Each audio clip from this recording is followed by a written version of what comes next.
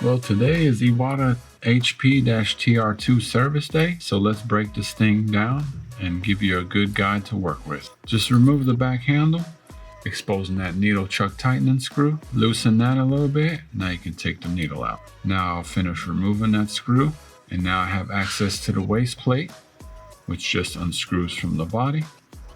Now there will be a little tension on that spring there, so make sure you have a good hold of that so you can grab that spring afterwards and remove that needle chuck. Now if you look inside here, you'll see a little brass screw there, but there's typically an angle on some of these, so sometimes you can't get a hold of that little screw on the bottom. So the next step you would need to do is remove the air valve first, and since we're doing that, I'll go ahead and disassemble it. Now you'll have to grab the Iwata air valve tool, find the right setting, and grab that brass screw part with the two slots and indentions, and give it a couple twists till that screw comes off and the spring will fall out. Right teeth on here. Here we go. I like to keep it on there if I can. Keep all my parts intact.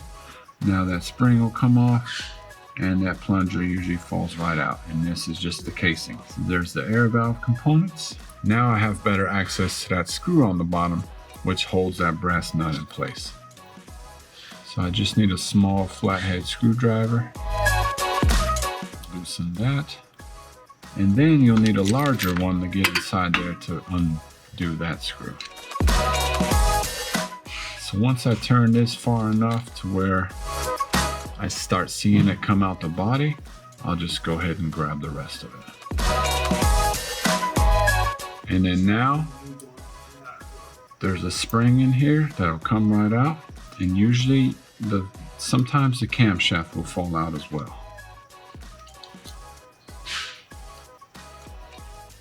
Sometimes you can push on it, but I can have access to that in a minute if it doesn't fall out on its own by when I remove this trigger here.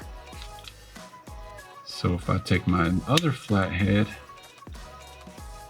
smaller one again, and loosen this little bolt on that trigger lever, this part will remove this whole little two-piece section here.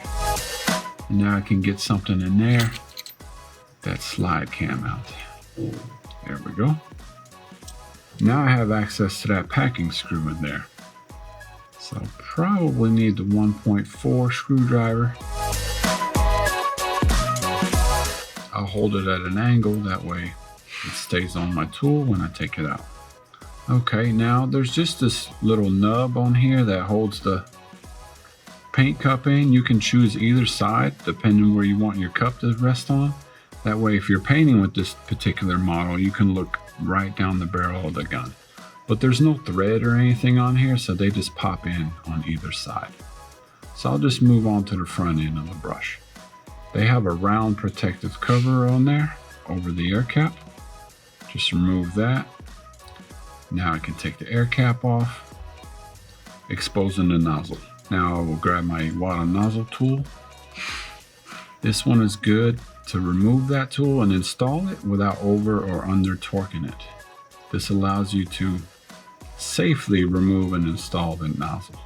They're so small and easy to break. And see, that wasn't so bad. This is the trigger style brush. A few more pieces than the normal brush, but not too bad at all. That's the breakdown of the TR2.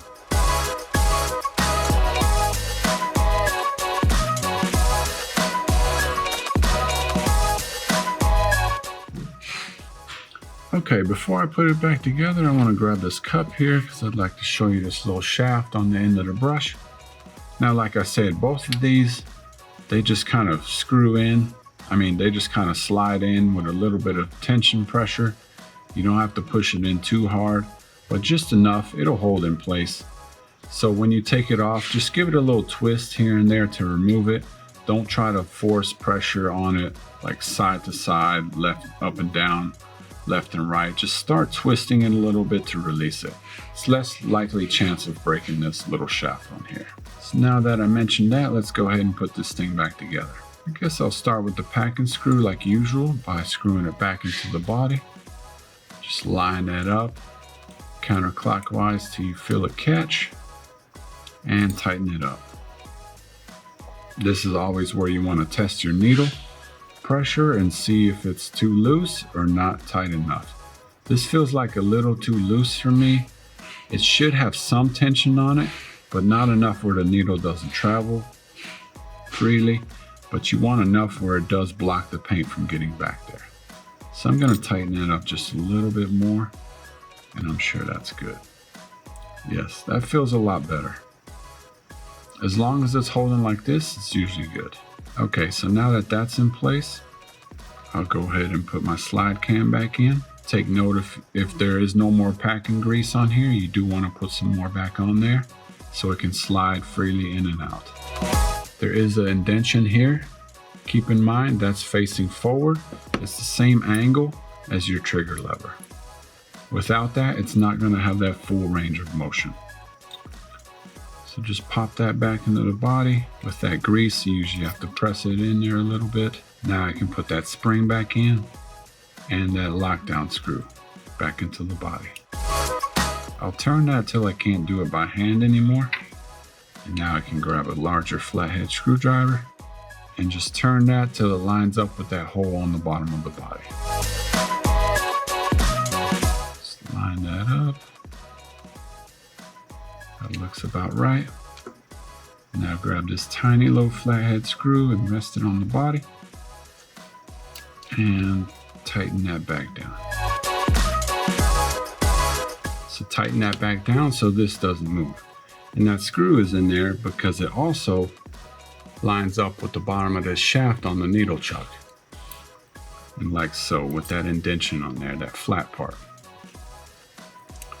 So once that's in there, you can put the needle spring back over that and the waist plate. And now you can put the needle chuck on the end just a little bit.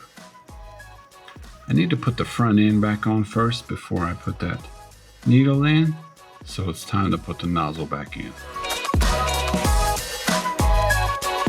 Hand tight is plenty, you don't have to overdo it at all. Now the air cap and the protective round cover. Now the front end's together. I think I'll put the handle in now first also. So just grab that trigger lever, not handle, but trigger lever, yep. Put that shaft in there with the flathead screw indentation and tighten it up. It should feel nice and smooth. Now I can put the needle back in, lock it down with that screw, and give it a test.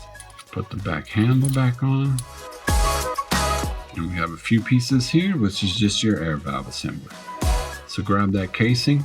The shorter end with the black O-ring on it will go in first. Line it up till it comes out the top of that air valve casing and put the spring over that plunger.